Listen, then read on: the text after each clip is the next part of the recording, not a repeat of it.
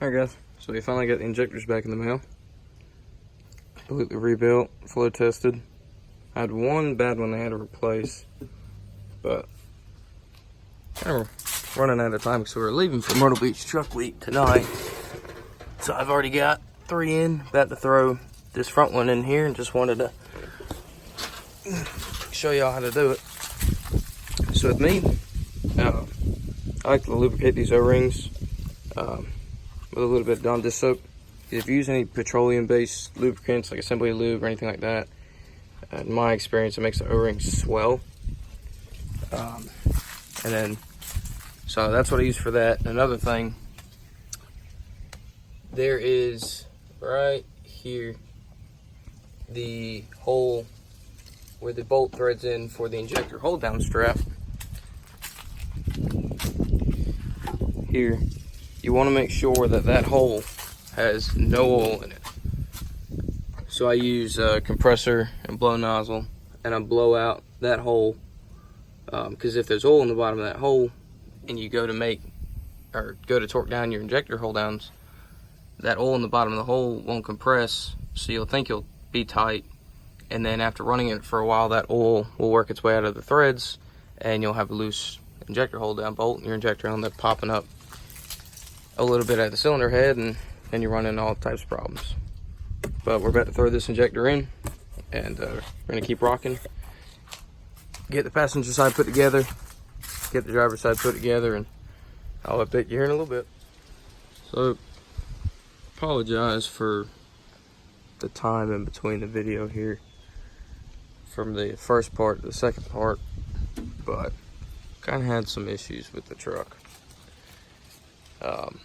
So first half of the video, you'll see the injectors going in, which was last week. We got them in, got the truck good to go for the event until it was time to leave.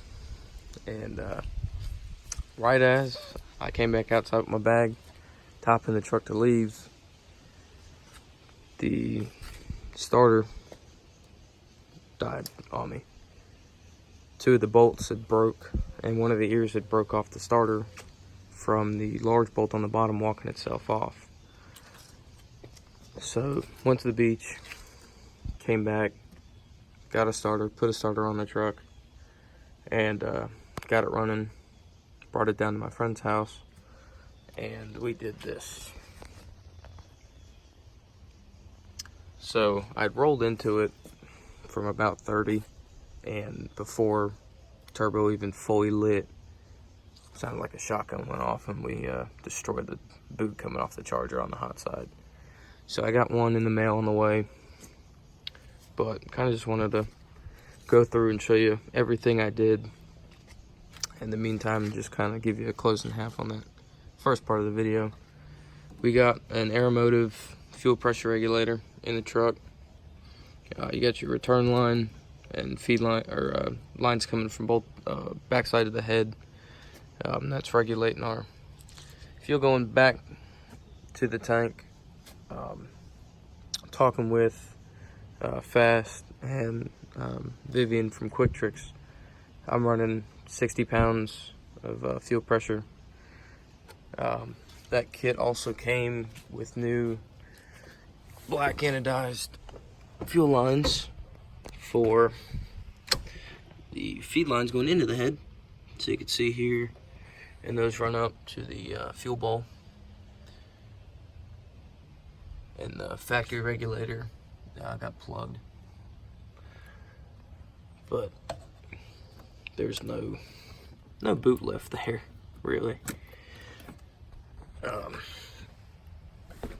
But I need to get the truck inspected, so just as a quick fix, I ordered a new boot just so I can get the truck going. But long term, been talking with Larry from SoCal Billet Diesel, and I'm thinking I'm gonna send him my entire turbo kit, since it's a Smeding kit and not a SoCal kit. I'm gonna send him the turbo, up pipes, everything, so he could put it on a mock-up engine, and I'm gonna have him refabricate this hot pipe. My charger's a little different than normal Borg Warner chargers, and it has a 3-inch outlet. and all the piping kits for 6.0s at the end neck down to 2.5. So I have to get custom boots for right here. I ordered one from HSP that's a 2.5 to 3 inch with a 45-degree bend in it.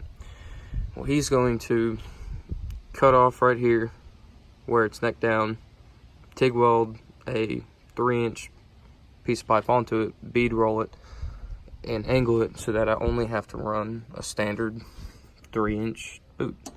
And then I'm going to get a boot kit from him, so I'll have all SoCal boots. Another thing we did, I went through and cleaned up all the wiring down here just to try and make it look a little bit neater, a little bit nicer. I went through and I used the wrap and just went through and tucked everything up just to try and keep everything neat and organized. I can still start the truck. Truck will still drive, but it's not the best for it. But I'll give you a little cold start here to end the video off.